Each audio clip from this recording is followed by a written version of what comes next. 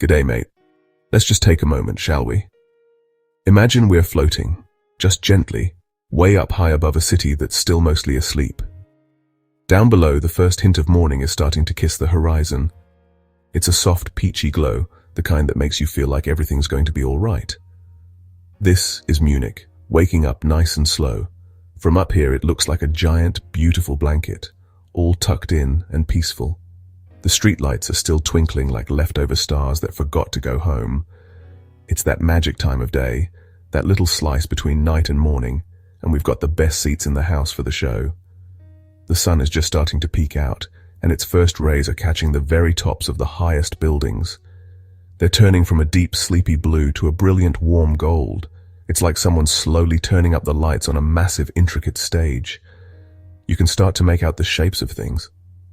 The long, straight lines of big roads, the clusters of buildings, and the dark patches that you just know are beautiful parks, waiting for the day to begin. All right, let's drift a little closer now, shall we? We're heading towards the very center of it all, the city's living room. Down below us is Marienplatz, the main square. From up here, it looks like a perfect little postcard. It's a neat rectangle of cobblestones framed by the most incredible buildings you've ever seen.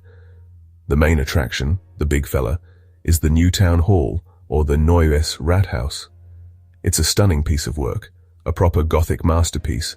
It looks like a giant, intricate sandcastle with its pointy spires, detailed carvings, and that famous glockenspiel clock tower right in the middle. Even from this height, you can make out the tiny figures starting to move about. Early risers, maybe some tourists, are crossing the square. They look like little ants on a mission, each one with their own story, their own destination. The sun is now properly lighting up the facade of the town hall, making all those statues and gargoyles stand out. You can see the golden statue of the Virgin Mary, the Marian Soul, glittering in the center of the square. Now, let's just shift our gaze a little bit. Not too far from the hustle and bustle of Marienplatz, you'll see them. Two big, friendly giants standing watch over the city. These are the towers of the Frauenkirche, the Cathedral of Our Blessed Lady. They're probably the most famous landmark in the whole of Munich. From up here, they don't seem intimidating at all. They look strong and steady, like a pair of old friends. Their famous onion domes, those green-topped cupolas, are instantly recognizable. They look like two big, comfy hats sitting on top of the brick towers. The main body of the church below is a massive structure of red brick, simple and powerful. From our aerial perch, you can appreciate its sheer size and the way it anchors the entire cityscape around it. It's been standing here for over 500 years, watching Munich grow and change. The Frauenkirche isn't just a building, it's a symbol of Munich's resilience and spirit. It's the city's quiet guardian, its two green-topped sentinels keeping a gentle, constant watch. All right, let's leave the beautiful stone and brick behind for a moment and head for something a little different. We're drifting now over a vast expanse of green. This, my friends, is the Englischer Garten, or the English Garden, and it is massive. From up here, it looks like a giant, lush green ocean that has washed right into the middle of the city. Let's follow one of the little streams that snakes through the park. It's called the Eisbach, and from our vantage point, it's a shimmering ribbon of silver cutting through the green. You can even see a tiny, perfect wave where the river surfers gather. We can see the elegant shape of the Chinese tower, a multi-tiered wooden pagoda sticking out from a clearing in the trees. As we float lazily over the park, you can see people enjoying this amazing space.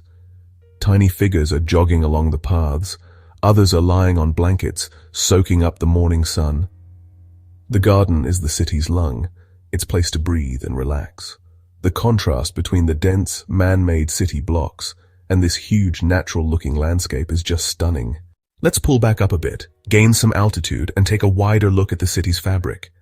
Munich is a fascinating place from the sky because it tells a story of two different worlds living side by side. On one hand, you have the historic Old Town, the Altstadt, which we've been exploring. It's a dense, charming maze of terracotta roofs, ancient church spires, and narrow, winding streets. But then, as you let your eyes wander towards the edges of the city, the picture starts to change. You begin to see the other Munich, the modern Munich. Sleek glass and steel structures start to appear, glinting in the sunshine. Look over there, You can see the futuristic shape of the BMW Welt and the iconic four-cylinder tower of the BMW headquarters. A bit further on, you can spot the sweeping tent-like roof of the Olympia Park, built for the 1972 Olympics. It's a masterpiece of modern engineering, looking like a giant transparent spiderweb draped over the landscape. The contrast is what makes it so interesting. It's not a clash. It's more like a conversation between the past and the future. The city hasn't forgotten its roots, but it's not afraid to look forward either. Let's change our direction now and find the river. Every great city seems to have a great river, and Munich's is the Isar. From our spot in the sky, it's a beautiful shimmering ribbon of silver and turquoise, winding its way right through the heart of the city.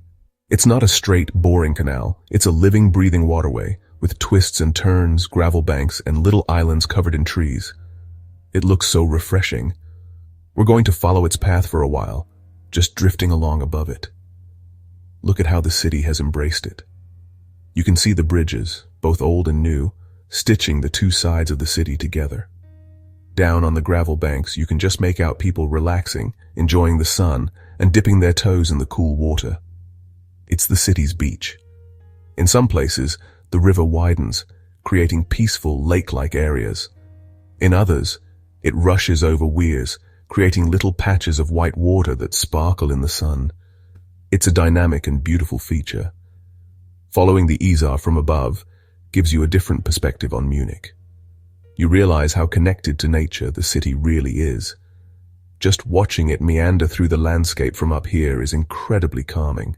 Let's zoom back in a bit and focus on one of Munich's most charming features. Look down. Just look at that incredible sea of rooftops. It's a beautiful, warm tapestry woven from thousands and thousands of terracotta tiles. The dominant color is that lovely, earthy red, but it's not all the same. There are shades of orange, brown, and deep crimson all mixed in together, weathered by sun and rain over many years. See all the dormer windows peeking out from the sloped roofs. They look like little eyes looking up at us in the sky. You can also see countless chimneys, standing like little soldiers at attention. The pattern is just fascinating. The roofs slope at different angles, creating a complex and beautiful geometry. It's not a flat, boring surface. It's a rich, undulating landscape with its own peaks and valleys. And then there are the hidden rooftop gardens and terraces, little private oases of green nestled amongst the red tiles. It tells you so much about the city's architectural history and the way it has grown organically over time. This view of the city, this sea of red tiles under a clear blue sky, is quintessential Munich. It's warm, it's inviting, and it's full of character. It's just wonderfully, beautifully European. Well, our time up here is slowly coming to an end. The sun is higher in the sky now. The city below is wide awake and buzzing with the energy of a new day. Let's just take one last, long, panoramic look. From this incredible vantage point, Munich is laid out before us like a beautiful, intricate map. You can see everything we've explored. The proud spires of the Frauenkirche, the bustling heart of Marienplatz, the vast green expanse of the English Garden, and the silvery ribbon of the Isar River weaving through it all. It's a breathtaking sight. Let the final, gentle notes of our music wash over you. Take a deep breath of this clean, high-up air. The goal of this little journey wasn't just to see the sights, but to feel a sense of peace and wonder, to disconnect from the rush for a moment and just float. The worries and the noise of the world down below seem to fade away up here, replaced by a simple, quiet appreciation for shape, color, and light. It's a kind of meditation, really. I hope you've enjoyed our little flight. Munich from the sky is a truly special thing. It's a city that manages to be both grand and cozy, historic and modern, bustling and peaceful, all at the same time. As we begin our gentle descent, hold on to that feeling of calm. It's a reminder that sometimes all you need is a change of perspective to find a bit of tranquility in a busy world. Thanks for coming along for the ride, mate. What a view. What a city. Just brilliant.